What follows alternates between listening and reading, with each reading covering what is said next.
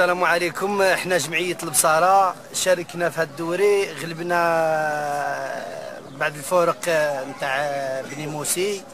فريق البصارة من هنا غلبناها، ورانا غلبنا الدومي فينار، ورانا ان شاء الله بحول الله عندنا لا فينار، ورانا سعداء بهذا. السلام عليكم.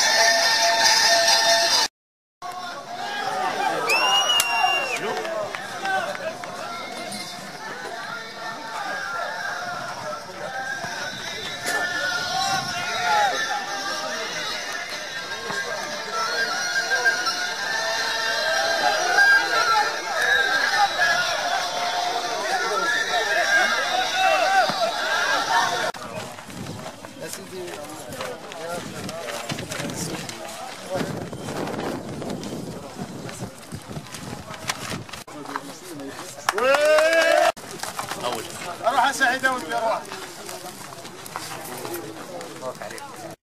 عبد الكريم بياط، نائب امين جمعيه البصارة التضامن والتنميه.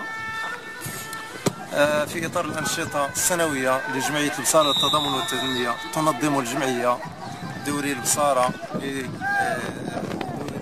لكرة القدم المصغرة في نسخته الثانية لهذه السنة 2015.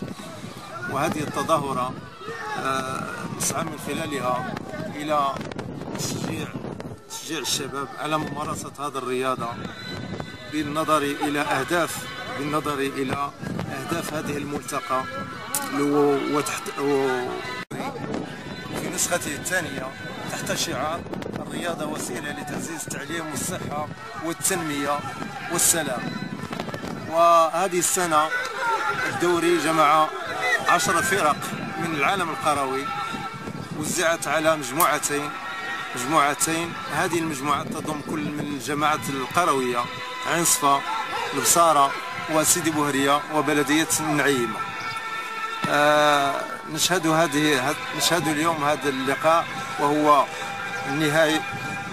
مباراة النهائي برسم هذا الدوري، وهي جمعت اليوم بين جمعية البصارة وشباب الغراسات.